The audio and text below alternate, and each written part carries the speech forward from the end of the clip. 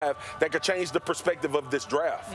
I just think it's interesting because Carolina obviously likes Sam Darnold. But we don't know if they love Sam Darnold. And we're going to find out tomorrow night. They may not know yet, right? Yeah, they don't know yet. They haven't been on the field with them. But if they decide to go move back or they take an offensive lineman at 8, they're rolling the dice a little bit because as much as I love Sam Darnold, you're going into a season, and it's your second year with your new regime, with just, with just Sam Darnold, right?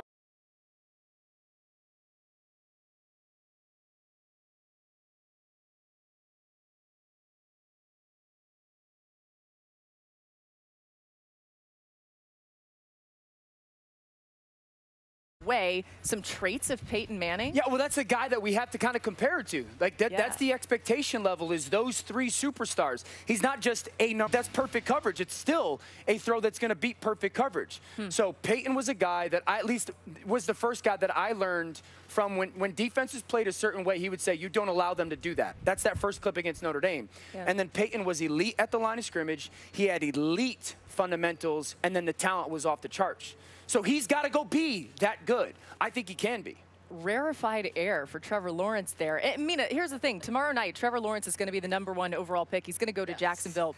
What does that Jaguars offense look like with Lawrence as their quarterback? Yeah, we haven't spent a lot of time talking about that, or Trevor Lawrence in general. So Urban Meyer, the head coach, did hire Darrell Bevell as the offensive coordinator, Brian Schottenheimer as the passing game coordinator. Your favorites? Both of those coaches coached Russell Wilson, and I actually think there's a lot to take away from how Russell Wilson played with both of them, especially when he first entered the NFL. That'll make Trevor's transition into the league easier as well, coming from that Clemson offense. First of all, play action. Okay, both of those coaches. Speaking of the run, and this is another commonality. Most people don't think Trevor Lawrence, Russell Wilson have a lot in common.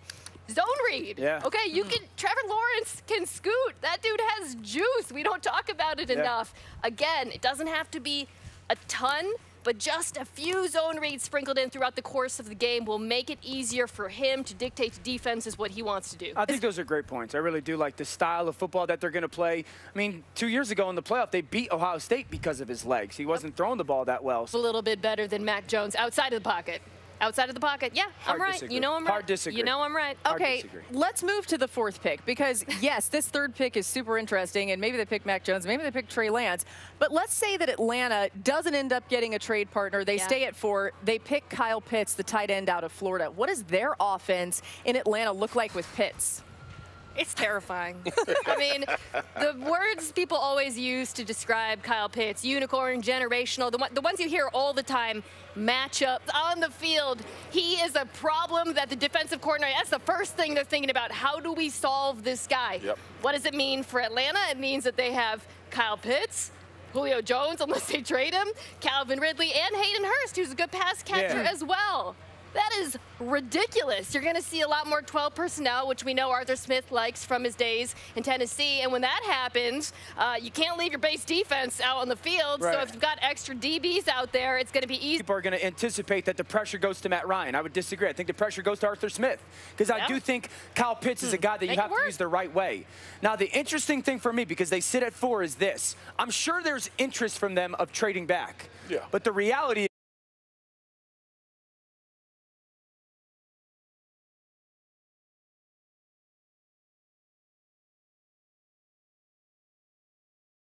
mind is the toughest to defend? Man, it's that stanky Kyle Pitts, and I call him stanky because his routes are stanky and he finishes in a stanky way. Listen, it doesn't actually, and RC is going to make a face at this. I think it's debatable between Chase and Devontae Smith in terms of the question, which is who's harder to cover. There he is making now. Who's stanky now? That was RC? a stank face. Because you got me. Because Devontae Smith is a better route runner. Skinny people need love too, Ryan. Ryan, is something stanky in there? I love. Yeah, Mina's take right. I think it puts a lot of people and organizations on notice. I think these quarterbacks will not get past 8. I think Carolina moving on. We're just going into the season with him in his 2nd year of a rebuild with Matt Rule and his staff. So I think if it just